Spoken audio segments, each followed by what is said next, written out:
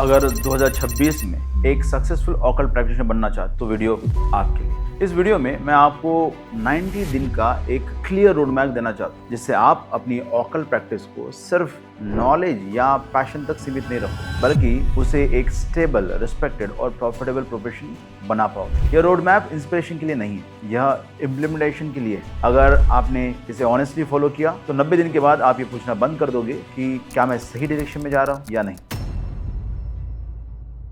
Setting the reality, why most practitioners stuck. मैं जानना चाहता हूं आप ये वीडियो क्यों देख रहे हैं। आपने सीखा है, आपने प्रैक्टिस भी की, फिर भी ग्रोथ स्लो है, और यह एक अनकंफर्टेबल सच है। ज्यादातर ऑकल्ट प्रैक्टिशनर्स इसलिए नहीं फेल होते हैं क्योंकि उनमें टैलेंट की कमी है, बल्कि इसलिए फेल होते हैं क्योंकि उनके पास सिस्टम नहीं होता। ऑकल्ट साइंस पावरफुल होती है, पर बिना सिस्टम के पावर डायरेक्शनलेस हो जाती है। Authority, personal context. मेरी लाइफ में भी एक टाइम आया जब नॉलेज थी लेकिन स्ट्रक्चर नहीं था। तब मुझे एक बात समझ में आई, ऑकल्ट मास्टरी कोई इवेंट नहीं है, ऑकल्ट मास्टरी एक प्रोसेस है। और प्रोसेस तब काम करता है जब हर दिन का एक रूल क्लियर हो। इसी प्रोसेस को हम 90 दिन के रोड मैप में कन्वर्ट कर रहे हैं।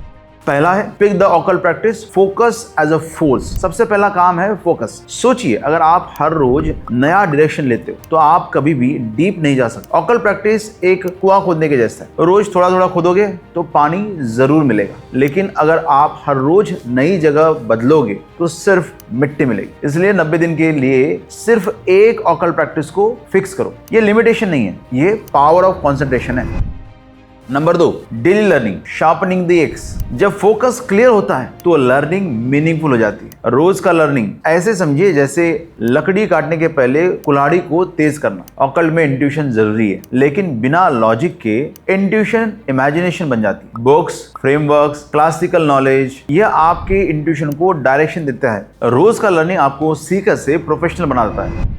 Number 3, daily practice, turning the knowledge into power. Learning सिर्फ प्रिपरेशन है, पावर प्रैक्टिस से आती है। ऑकल्ट जिम जैसा है, सिर्फ देखने से बॉडी चेंज नहीं होती। रोज प्रैक्टिस आपके अंदर के एक साइलेंट कॉन्फिडेंस को बिल्ड करती है, और एक दिन ऐसा आता है जब आपको आंसर्स याद नहीं करने पड़ते, वो नेचुरली फ्लो करते हैं। ये स्टेज सिर्फ डेली प्रैक्टिस से आती है।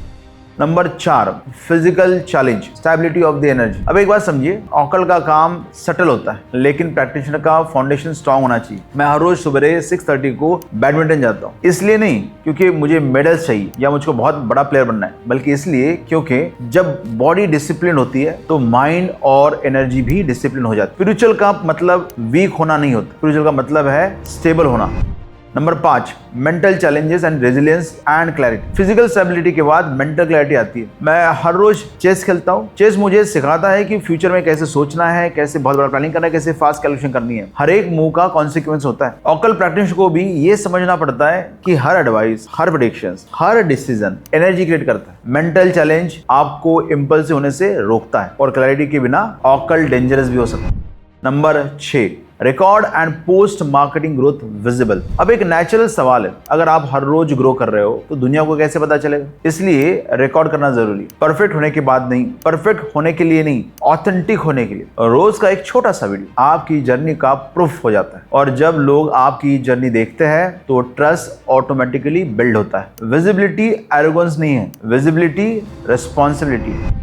Number 7, accountability and right environment. और अब सबसे इंपॉर्टेंट बात, इंसान एनवायरनमेंट के हिसाब से ग्रो करता है। अगर आप कैजुअल लोगों के बीच में रहोगे तो आपकी प्रैक्टिस भी कैजुअल हो जाती है। इसलिए हमने एक ऐप क्रिएट की है जहां हजारों सीरियस ऑकल्ट प्रैक्टिशनर्स अपनी डेली जर्नी शेयर कर रहे हैं। यह सिर्फ ऐप नहीं है, यह राइट एनवायरनमेंट है। मैं खुद पर्सनली वहां पे आपसे कनेक्ट करने की कोशिश करता हूं, और टाइम टू टाइम मेरी एडवांस लर्निंग्स मैं वहां पे शेयर करता हूं जो पब्लिक प्लेटफॉर्म से अवेलेबल नहीं होती। जब एनवायरनमेंट सही होता है तब ग्रोथ नेचुरल हो जाती है।